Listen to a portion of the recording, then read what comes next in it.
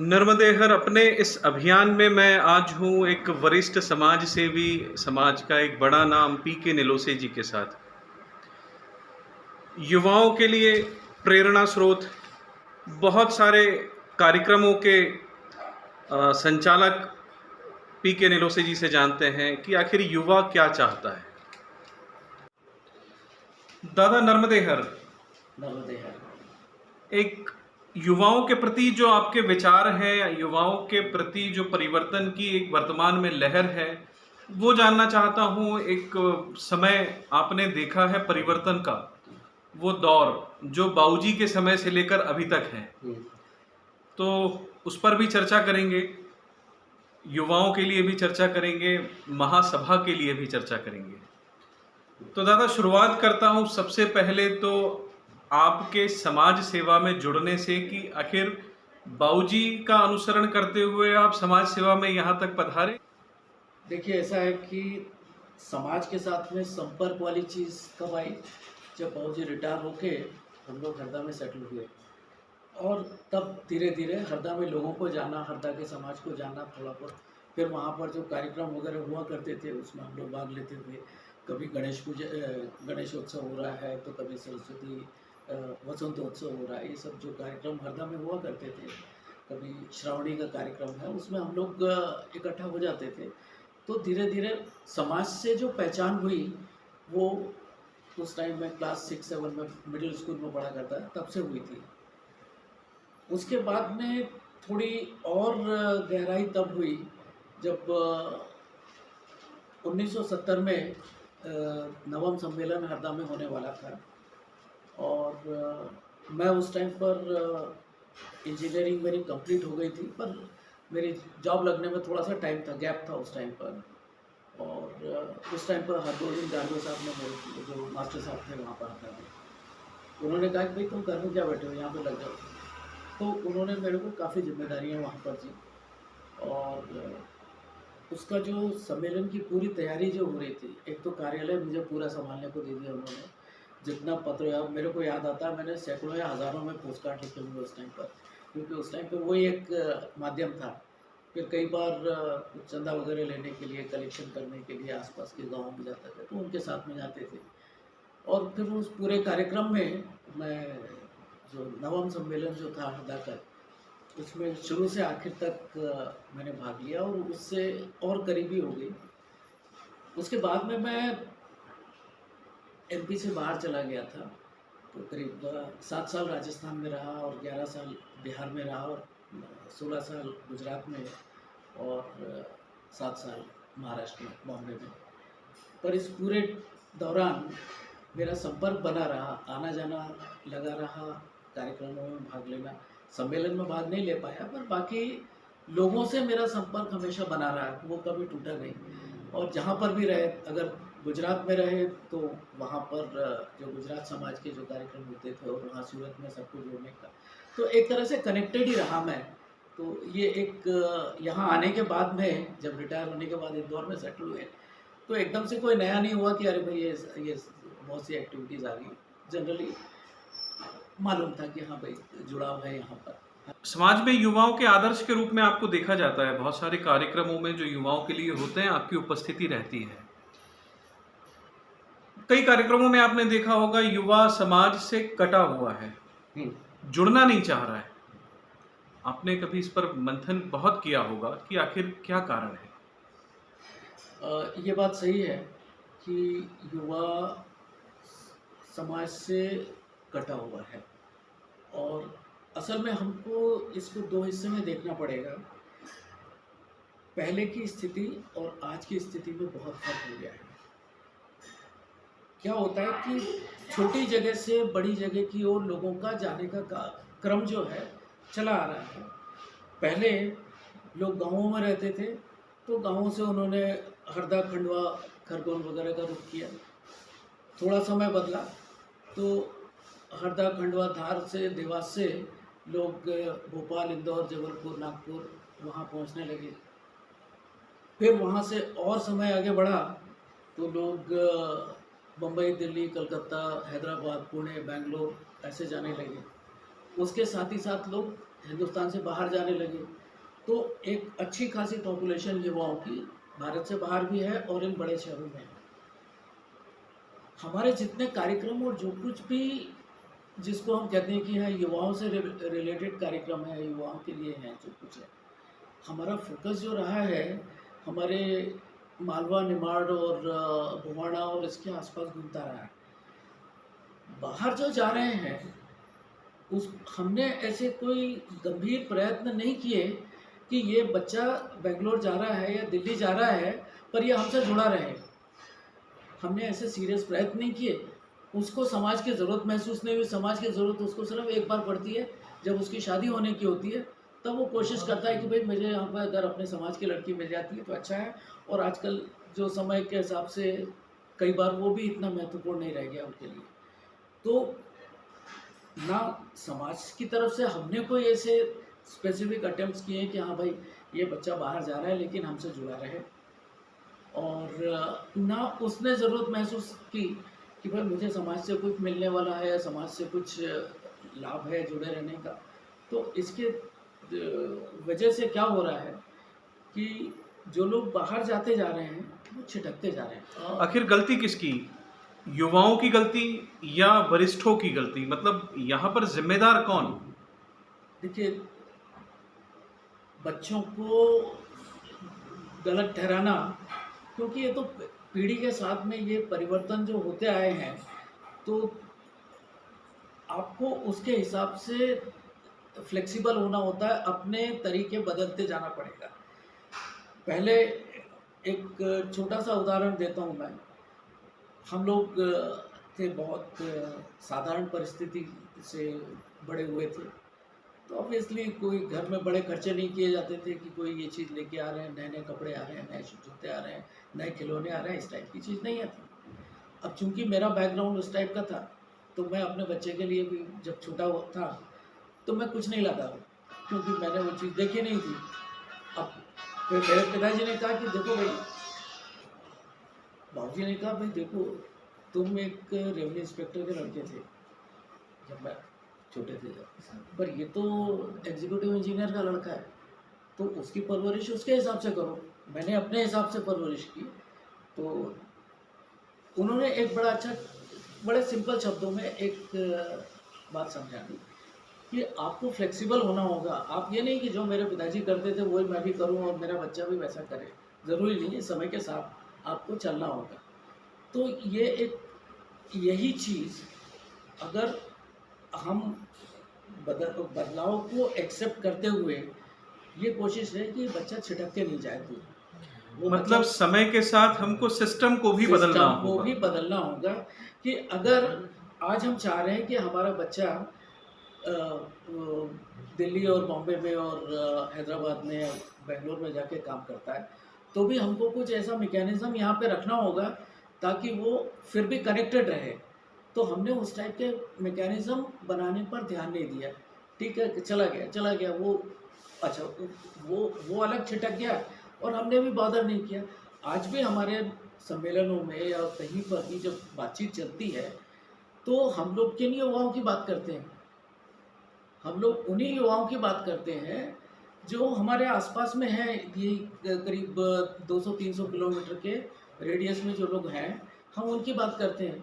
क्या हमने वाकई कोई ऐसा कार्यक्रम चलाया है या कुछ ऐसा किया है कि भाई जो बच्चा हमारा वाशिंगटन में या बॉस्टन में बैठा है या टोक्यो में बैठा है, उसको भी कोई रुचि हो कि हाँ भाई मैं भी एक प्रोग्राम है, इसमें मैं भी भाग ले सकता हूँ? हमने कोई प्रयास नहीं किया उसके बारे में। मैं युवाओं की सोच को आलोचना नहीं करना चाहता, पर हम ये कह रहे हैं कि हमको अपने सोच का दायरा बढ़ाना ज़रूरी है। हमको हमारी सोच भी युवाओं जैसी बनानी उनके पड़ेगी। जैसी बढ़ानी पड़ेगी और जो अपने कार्यक्रम हैं ऐसे रखने पड़ेंगे जिसमें उनको भी रुचि आए। एक परिवर्तन का बड़ा सा दौर देखा है आपने बताया कि 70 से लेकर मैं आज तक सक्रिय रहा हूं और रहा था। 70 का युवा और आज के युवा में सोच का क्या अंतर देखा आपने? अगर उस समय आप युवा थे, आज आप युवा को देख रहे हैं। बिल्कुल बिल्कुल देख रहे हैं। जो परिवार के जो मूल्य हैं उनमें विशेष परिवर्तन नहीं आया है। परिवार के प्रति आप सभी बच्चों को देखेंगे तो जैसे हम अपने माँ बाप से या अपने रिश्तेदारों से जैसे जुड़े रहते थे, आज के बच्चे भी वैसा ही सम्मान करते हैं और वैसे ही जुड़े रहते हैं। पर परिवार की जो परिभाषा है वो बदल गई है। हमारे समय में माता पिता के अलावा काका जी, दादाजी, जीजी, बुआ जी और उनके बच्चे और चचेरे भाई, ममेरे भाई, वो सब जुड़े रहते थे। एक संयुक्त परिवार था। संयुक्त अगर साथ में नहीं रहते थे तो भी हाँ भाई वो इनके यहाँ जाना है, उनके यहाँ जाना है, यह बात। अब क्या हो गया है कि परिवार का जो दायरा है, माता पिता है, मैं हूँ, मेरी वाइफ है, मेरे बच्चे हैं। ये समय की मांग है या शिक्षा के कारण ऐसा हुआ? ये समय की मांग तो नहीं है, ये हमने इसको प्रयास नहीं किया कि ये परिवार जो बड़ा है वो बड़ा ही रहना चाहिए, तो अपने बच्चों को कनेक्ट करके हमने नहीं रखा है। हमने अगर वो थोड़ा सा दायरा छोटा हो रहा है तो होने दीजिए, हमने उस तरह की सोच रखी। खासकर आप मुझे भी इंक्लूड कर सकते हैं, हम लोग जैसे जो थे जो थोड़ा बाहर निकल गए तो हमने कहा कि भाई हमारे बच्चे हैं और उनके बच्चे हैं, पर हमने सीरियसली कोशिश की क्या कि भाई मेरे बच्चे हर बार यहाँ पे अगर दिवाली पे आते हैं तो भाई मामा जी के यहाँ मिल के आओ, तो उनको मिल के आओ, तो इसके यहाँ जाओ, सब लोगों को इकट्ठा करके भाई ठीक है छुट्टियों में। अब क्या हो गया है कि अभी वाली जो जनरेशन है, अगर उनके पास हफ्ते भर की या 15 दिन की छुट्टी है तो वो सोचेंगे कि हम कहीं टूरिस्ट प्लेस पे घूम के आ जाए। उनको ये नहीं लगता कि चलो भाई बच्चों को उनके मामा क्या ले जाते। तो ये संस्कार की कमी है? कुछ हद तक संस्कार की कमी है और कुछ हद तक हमने उनको गाइड नहीं किया है कि भाई आपकी जिम्मेदारी ये भी बनती है, इसको जिम्मेदारी समझ लीजिए या एक अपना संस्कार समझ लीजिए कि भाई अपने को इनके सबके साथ में रहना है, सबके साथ में चलना है, ये दूर के नहीं है, ये अपने पास के ही है। तो नई महासभा में मैं ऐसा सोचूं कि ऐसा कोई प्रस्ताव आएगा कि हम इस टाइप की संस्कार क्लासेस चलाएंगे युवाओं के लिए?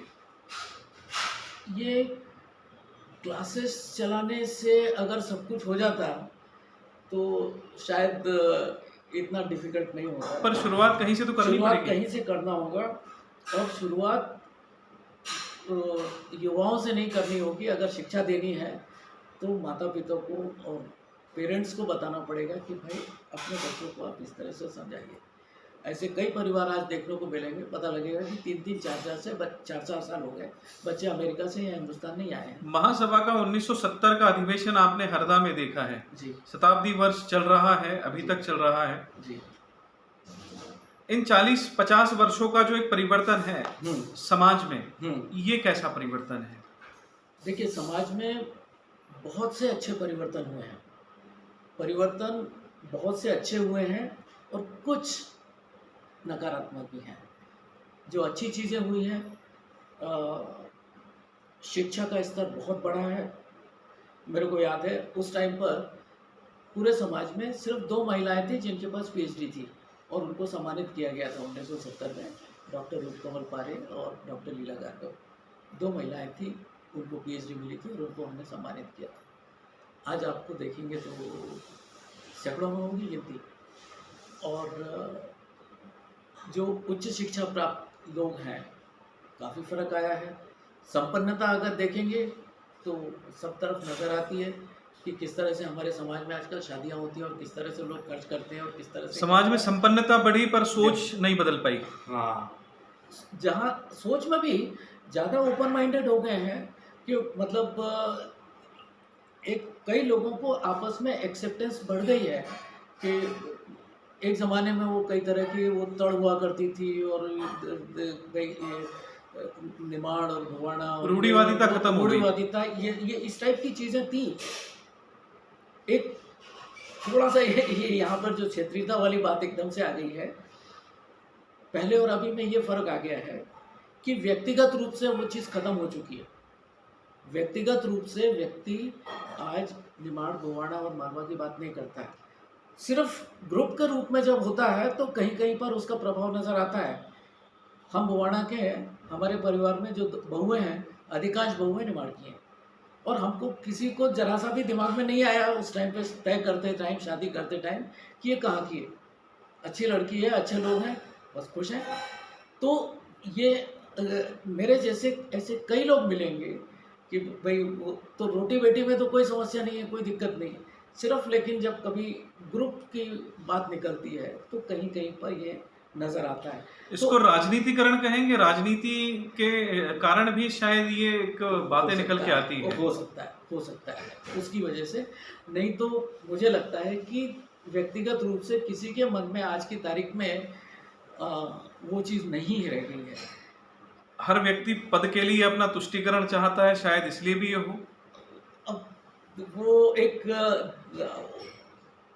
संभव है। चलिए, चुनावी समय हाँ, चल हाँ। रहा है, चुनाव का दौर है, कैसे महासभा चाहते हैं और क्या परिवर्तन चाहते हैं? देखिए, जहाँ तक महासभा की बात है, महासभा ने असर्टिव भी होना चाहिए, अपनी बात कहनी चाहिए। और कहा जाए तो अभी तक की जो महासभाएँ जो होती आई है, एक नाव छोड़ दी है आपने और नाव चलती जा रही है। उसको किसी उद्देश्य की ओर या किसी कोई ऑब्जेक्ट्स लेके क्या ऑब्जेक्टिव्स लेके कि भाई हमको इस दिशा में चलना है और ये काम करने हैं, वो रूप देना बहुत ज़रूरी है। अब जैसे एक छोटा-सा उदाहरण लेते हैं हम कई बार, हमारी बहुत से ट्रस्ट और बहुत सी संख्याएँ हैं। इनका महासभा के साथ में फॉर्मल एफ़िलिएशन है या नहीं है? निश्चित नहीं है। कुछ है, कुछ नहीं है। हमारे पास विभिन्न संस्थाओं की क्या प्रॉपर्टी है, उसका एक लिस्ट में कंपाइल्ड हमारे पास कोई लिस्ट है? नहीं है। मेरे ख्याल से महासभा के पास कि भई ये इंदौर में इतनी, यहाँ पर एक नालंदा भवन है, यहाँ पर एक द्वारकापुरी में है, यहाँ पर ये है, खंडवा में ये है, टिमरनी में ये है, सिराली में ये है। हर जगह पे कितनी प्रॉपर्टी है हमारे पास, समाज के पास में, एक लिस्ट अगर है क्या हमारे पास? शायद नहीं है। तो ये सब चीज़ें अब मान लीजिए आज जो करंट ट्रस्टी हैं, उनकी मृत्यु हो जाती है, तो उसके बाद में सक्सेशन का कुछ पक्का बना हुआ है कि भाई बाकी अपने घर की प्रॉपर्टी के लिए तो हम विल लिख देते हैं। पर महासभा ने प्रयास तो किए होंगे? अगर किए होंगे तो मुझे ज्ञात नहीं है। मेरे पास इसको आप कह सकते हैं मेरी अज्ञानता है। अगर कोई प्रयास हुए हैं तो उसके बारे में कहीं चर्चा ऐसी नहीं कि भाई ये यहाँ पर हमने ये लिस्ट है, इतनी हमारे पास प्रॉपर्टी है और इसके बाद में हमारे पास डॉक्यूमेंट है, हमारे वकीलों ने देखा है कि हाँ सारे डॉक्यूमेंट हमारे टाइटल्स एकदम क्लियर हैं और इनका आगे के लिए कि भाई अगर ये मुख्य ट्रस्टी हैं या ये लोग हैं, इनमें से किसी की मृत्यु हो जाती है तो ये व्यक्ति उनकी जगह पे आएंगे। तो एक सक्सेशन प्लान भी होना चाहिए क्योंकि हमारे पास प्रॉपर्टी है, पहली चीज़। इसी तरह से जनगणना की जो बात है, दूसरे या तीसरे सम्मेलन से जनगणना की बात चल रही है आज़ादी के पहले से। हमको मालूम होना चाहिए कि हम लोग कितने हैं। आज टेक्नोलॉजी का युग आ गया है, सब कुछ आ गया है, हर सम्मेलन में चर्चा होती है, पर क्या हमने की? कहीं-कहीं पर पॉकेट्स में काम हुआ है थोड़ा-थोड़ा, पर पूरे समाज के रूप में क्या हम कह सकते हैं कि हाँ भाई हमने व्यापक रूप से जनगणना करने में हम फेल कहाँ हो रहे हैं? क्योंकि बातें होती हैं, प्रयास किए जाते हैं, पर वो फेल्योर कहाँ आता है? ये जहाँ तक मेरा विचार है, ये काम एक मिशन मोड में करना होगा। एक किसी व्यक्ति को रिस्पॉन्सिबिलिटी देनी चाहिए कि साहब अगर आप खुशी से ये काम करने की ज़िम्मेदारी लेते हैं और आप इसके ऊपर मेहनत से काम करेंगे, तो हो जाएगा। पर ये है कि अभी हमारे यहाँ ये मेरे को एक इसको शिकायत कह लीजिए या आलोचना कह लीजिए, क्योंकि मेरा जो ग्रूमिंग या ट्रेनिंग या जो भी कहा जाए, वो एक पर्टिकुलर तरीके से हुआ है। किसी भी संस्था के लिए पहले हम तय करते हैं कि हम किस दिशा में जा रहे हैं, हमको क्या चाहिए, क्या करना चाहते हैं। तो हम एक ये बना लेते हैं, हमको ये अगर हमारे समाज की बात करें तो हमको हमारी प्रॉपर्टी का हिसाब लगाना है।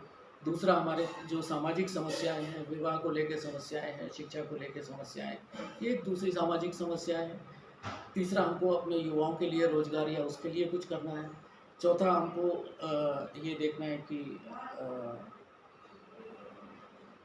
कम्युनिकेशन होना चाहिए, एक संवाद बना रहे सबके बीच में कि भाई क्या हो रहा है क्या नहीं हो रहा है। पहले आप तय कर लीजिए कि हमको ये काम करना है, ये काम करना है, ये काम करना है। हमने 5 या 6 या 8 काम हमने उद्देश्य तय कर लिए कि हमको इस दिशा में ये काम करना है। अब हम सोचेंगे कि भाई जैसे जनगणना करना है, तो जनगणना के लिए बेस्ट आदमी कौन रहेगा। थोड़ा उसको आज के समय की अगर बात करें, जिसको टेक्नोलॉजी समझती है, थोड़ा सा कंप्यूटर सिस्टम्स वगैरह भी समझता है, साथ ही साथ वो समाज के लिए समर्पित भी है कि हाँ एक ज़रूरत है और मैं जान लगा के ये काम करूँगा। तो उसको हम उसके लिए एक रिस्पॉन्सिबिलिटी दें और उसके साथ में उसको बोलो भाई तुम अपनी टीम बनाओ, कौन कौन चाहिए तुमको। हर जगह पे खंडवा से इसको ले लो, इंदौर से इसको ले लो, भोपाल से इसको ले लो, ऐसे 8-10 लोगों की ऐसी टीम बना के सब आपके पास डेटा आता जाएगा, आप कंपाइल करेंगे और आपकी जनगणना हो सकती है। दूसरा जो काम है उसके लिए प्रॉपर्टी के लिए भाई इनके लोग हैं, तीसरी चीज़ें हैं, गुरु गादियाँ हैं, उनके लिए अगर कुछ करना है तो हाँ, चलो मतलब ये हमने है। संस्था तो बना ली है, संस्था को संगठनात्मक रूप नहीं दे पाए। तो हमारे यहाँ दिक्कत क्या होती है कि महासभा बन गई हाँ, और हमने 20 या 25 या 30-40 आदमी हमने उसमें उपाध्यक्ष और सचिव और ये सब बना लिए, पर उसके बाद में कौन क्या करेगा उसको हमने नहीं कहा कि भाई तुमको ये करना है, तुमको ये करना है और तुमको ये करना है।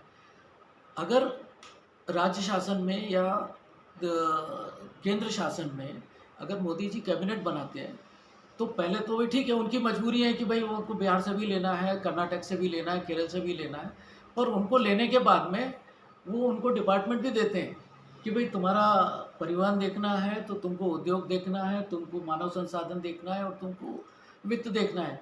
वो सबको विभाग बांटते हैं। तो ऐसा हमको भी करना होगा कि जो हमने ये जो कार्यकारिणी बनाई है उसमें लोगों को काम दिया जाए और फिर उनका काम 3 महीने में एक बार रिव्यू करें कि भाई आपको ये करना था, आपने किया कि नहीं किया। अगर नहीं कर पाए, कोई दिक्कत है तो बताओ, हम लोग हेल्प करते हैं, कोई हेल्प चाहिए तो बताओ, और नहीं तो क्यों नहीं कर रहे भैया। और अगर आपसे नहीं बनता है तो आप मत करो, किसी और को देते हैं हम वो काम। तो कोई भी काम करने का जो तरीका है, पहले आप तय करिए क्या काम करना है आपको, उसके बाद में सही आदमियों का चुनाव करिए कि हाँ ये आदमी इस काम को कर सकते हैं, और उसके बाद में आप उनके काम को ऑथराइज कर दीजिए, आप करिए, आपका बजट क्या है, आपको इतने रुपए चाहिए, इसका हिसाब, और उसके बाद में आप काम करके रिव्यू करते जाइए उसको। एक जो प्रोसेस कहलाती है ये PDCA एक साइकिल कहलाता है, plan do check and act. पहले प्लान करिए, उसको एग्जीक्यूट करिए, उसको चेक करते जाइए कि बराबर हो रहा है कि नहीं हो रहा है, और कोर्स करेक्शन करना है अगर तो उसमें कोर्स करेक्शन करिए कि भाई ठीक है ऐसा नहीं ऐसा करते हैं, ऐसा नहीं ऐसा। पर अगर वो नहीं चलता है उस तरह से तो हम लोग की वो नाव पानी में बहाव में बहती जाएगी, पर उसकी जो दिशा है ज़रूरी नहीं कि हम जहाँ जाना चाहते हैं वहीं जाएगी वो। बहुत बढ़िया। PDCA ज़रूरी है हमारे लिए, हमारे संगठन के लिए, हमारी संस्था को संगठन बनाने के लिए। और मैं समझता हूँ कि आने वाली जो महासभा है शायद अपने आप को इतना जिम्मेदार बनाकर एक PDCA ज़रूर लगाएगी, फॉलो करेगी, बनाएगी, भिन्न भिन्न संगठनों के साथ मिलकर काम करेगी। और युवाओं के आदर्श में आप जाने जाते हैं, युवाओं के लिए अगर कोई मैसेज देना चाहे, क्योंकि युवाओं में कुछ तो कमी है जो समाज से नहीं जुड़ पा रहे हैं, या समाज की कुछ कमी है जो युवा को अट्रैक्ट नहीं कर पा रही है, और प्रोफेशनल में भी अगर मैं देखूं तो युवाओं को क्या परिवर्तन और करना चाहिए। देखिए इसमें 2 चीज़ें हैं। एक तो मैं सब युवाओं से अपील करना चाहूँगा कि समाज ने हमको बहुत कुछ दिया है, तो अपना फ़र्ज़ बनता है कि समाज को कुछ वापस देना है, और वापस देने के लिए बहुत तरीके होते हैं। सिर्फ ये नहीं, समाज आपसे रुपए पैसे की उम्मीद नहीं करता है, समाज सिर्फ ये उम्मीद करता है कि आप जुड़े रहिए। समाज के जो कार्यक्रम होते हैं उसमें चाहे रिमोट से कनेक्ट होइए, आपके वीडियो कॉन्फ्रेंस से कनेक्ट होइए, चाहे व्यक्तिगत रूप से आके, लेकिन समाज के कार्यक्रमों में भाग लें और मदद करें एक दूसरे की। आज हालांकि कुछ हद तक ये काम होता है, ऐसा नहीं कि नहीं हो रहा है। जो ND युवा ग्रुप जो चलता है, याहू ग्रुप जो चलता है, वो लोग काफ़ी अच्छा काम कर रहे हैं इस मामले में कि अगर कोई बाहर विदेश में जाता है, या कोई बच्चा बेंगलोर जा रहा है, उसका पहला पोस्टिंग है, अगर वो मैसेज दे देता है तो वहाँ पर उसको सेटल होने तक लोग मदद करने के लिए आगे आते हैं। और ऐसा कई तरह से किसी की जॉब रिक्वायरमेंट वगैरह है, उनको मालूम है कि somebody is looking for a job, दूसरे लोग हेल्प करते हैं, बताते हैं उसको, वो सब चीज़ें हो रही हैं। पर उसके बाद में सब लोग को जुड़े रहना एक ज़रूरी है कि भाई हम लोग आगे भी, अब जैसे कई कुछ जगहों पे पुणे और बैंगलोर में लोग कनेक्टेड हैं और साल में एक बार मिलते हैं, पर फिर एज अ ग्रुप पुणे वाला ग्रुप बाकी महासभा से ऐसा जुड़ा हुआ हो, वो चीज़ नहीं है। क्योंकि उसमें मेरा ऐसा अंदाज़ है कम से कम 40-50 लोग हैं वहाँ पर, जो पुणे में उनका वो मिलते जुलते हैं, साल में एक दो बार उनका मिलने का प्रोग्राम होता है। पर वो हमसे जुड़े हुए हैं या जो पूरे समाज से हैं, तो वो एक लिंक किसी को एक लीडरशिप दिखानी होती है, तो अलग अलग जगह पर वो लीडरशिप की ज़रूरत है। जो नेतृत्व होता है उसकी सबसे बड़ी जो खासियत होती है, वो प्रेरित करता है, ही इंस्पायर्स, दूसरों में विश्वास जागृत करता है, दूसरों में एक प्रेरणा देता है कि हाँ हमको ये करना है। तो हमको जो नेतृत्व चाहिए वो ऐसा है, he should be able to inspire people to achieve great things. बड़ी बड़ी चीज़ें हम लोग हासिल कर सकते हैं, पर वो नेतृत्व वही एक आपकी नज़र में कोई नेतृत्व है ऐसा? देखिए, मैं यहाँ बोलूँगा वो उचित नहीं होगा, क्योंकि ठीक नहीं होगा और मैं वोटर भी नहीं हूँ। संभाव बना रहना ज़्यादा बेहतर है। हाँ, क्योंकि भाई ऐसा है कि सब लोग अच्छे हैं, पर यह है कि ये भी इतना ही सत्य है कि हर व्यक्ति लीडर नहीं हो सकता। उसके लिए आपके इस उत्तर से एक प्रश्न और आया है, हमें इस महासभा के लिए बेहतर समाज सेवी चाहिए या बेहतर लीडर? लीडर चाहिए। देखिए, किसी भी संस्था के लिए हर लेवल पे leader it means political personality? नहीं नहीं नहीं नहीं नहीं, बिल्कुल नहीं। पॉलिटिकल पर्सनालिटी की बात नहीं है। हमको दरी बिछाने और उठाने वाले भी लोगों की ज़रूरत होती है समाज में, और समाज को दिशा देने वालों की भी ज़रूरत होती है। हर स्तर पे हमको लोग चाहिए, और इसमें 3 स्तर होते हैं जिसको कहा जाता है। सबसे पहले होता है एक स्ट्रैटेजिक लेवल होता है, उसके बाद टैक्टिकल लेवल होता है, और उसके बाद में ट्रांजैक्शनल लेवल होता है। होता ये है कि हम लोग इन 3 में थोड़ा-सा फ़र्क समझना बहुत ज़रूरी है कि ऊपर वाली जो लेवल होता है, जो लीडरशिप का लेवल होता है, उनको आज से 10 साल और 20 साल के आगे तक का सोचना ज़रूरी है कि भाई हमारा समाज किस दिशा में जाना चाहिए, आज से 10 साल या 20 साल बाद हम कहाँ रहेंगे, और उसके लिए हमको आज क्या करना है ताकि हम वहाँ पहुँचें। तो उसकी सोच बहुत दूरगामी होनी चाहिए लीडरशिप लेवल पे। टैक्टिकल लेवल पे जो होता है वो ये कि भाई ये वाले जो अगर ये पॉलिसीज़ है या इस दिशा में हमको जाना है, तो उसको इम्प्लीमेंट करने के लिए किस तरह की मशीनरी चाहिए हमको प्रॉपर मशीनरी बनानी है, प्रॉपर एक संगठन होना चाहिए जो उन आइडियाज़ को इम्प्लीमेंट कर सके।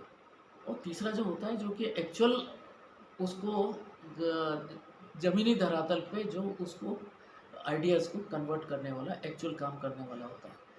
आज अगर हम सोचते हैं, कई तरह की बात होती है कि वो व्हाट्सएप पे कई तरह की चीज़ें बोलते हैं कि अगर हम लोग ऐसा नहीं करेंगे, हिंदी लोग ये नहीं करेंगे, ब्राह्मण ऐसा नहीं करेंगे तो क्या हो जाएगा, सब हम ख़त्म हो जाएंगे, ऐसा वैसा इस टाइप की बातें आती हैं।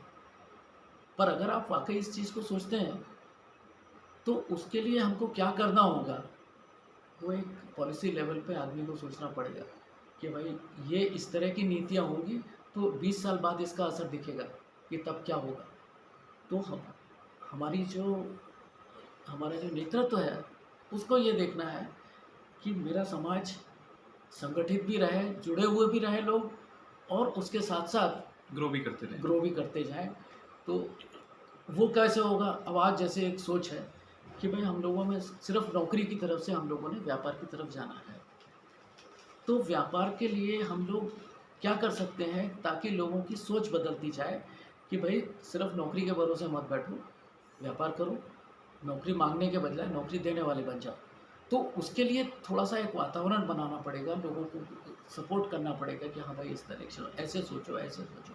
कोई दिक्कत हो तो हम लोग हैं सँभालने वाले। वो एक कॉन्फिडेंस देने वाली बात है। तो ये जो लीडरशिप की सोच होती है तो उसके लिए फिर वो नेक्स्ट लेवल वाले काम करते हैं। हाँ भाई यहाँ पर एक चलो एक कोऑपरेटिव डेयरी डाल देते हैं, या एक 4-5 लड़के मिलके चलो भाई तुमको इतनी हेल्प करते हैं, हम बैंक से हेल्प कराते हैं, ये करते हैं, वो करते हैं, आप एक इस यहाँ पे बिज़नेस डालो। तो वो एक तरीका होता है कि ऊपर के लेवल से नीचे के लेवल, फिर बाद में फिर बच्चों को आप एनकरेज करिए कि भाई तुम करते जाओ। तो तीनों लेवल पे हमको लोग भी चाहिए, और उसी स्तर के सोच वाले और उसी स्तर के काम करने वाले और समर्पण वाले लोग चाहिए। बहुत बढ़िया। शॉर्ट टर्म पॉलिसीज़ अब नहीं चलेगी। अब हमें फ्यूचर को देखकर लॉन्ग टर्म पॉलिसीज़ बनानी है, जी। ताकि युवाओं को समाज से जोड़े रखें और उनकी ग्रोथ में भागीदार भी बने रहें। एक्चुअली दुनिया कहाँ से कहाँ पहुँच रही है, और हम आज निमाड़ भगवाना की बात करते हैं। ये मतलब और कोई भी हँसेगा हमारे ऊपर कि ये लोग इतने गिनती के 3-4 लाख लोग हैं, और इसमें भी ये आपस में इस तरह से सोचते हैं। तो ये चीज़ें अभी कहाँ बहुत पीछे रह गई हैं, बहुत पीछे छूट गई हैं। अभी तो हाँ, युवाओं में तो एटलीस्ट अब नहीं युवा में है, तो अब ना है के ही नहीं बराबर सोचते। है। भविष्य में तो खैर ये खत्म हो जानी है। तो ये बच्चे जो है ना, वो बोलते हैं अरे आप लोग क्या इस सोच विचार में इसमें पड़े हुए हो, यहाँ पर इसकी बात है, वो तो ये उनको नहीं जमता ये सब।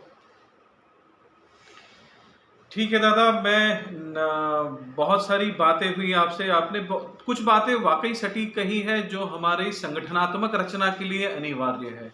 जब तक हम अच्छे संगठन का निर्माण नहीं करेंगे, हम युवाओं में परिवर्तन नहीं ला सकते हैं। हमारा जो सिस्टम है उसको हमको ग्रोथ अगर देनी है तो पॉलिसीज़ को लॉन्ग टर्म बनानी रहेगी। नर्मदे हर कुछ नर्मदे हर।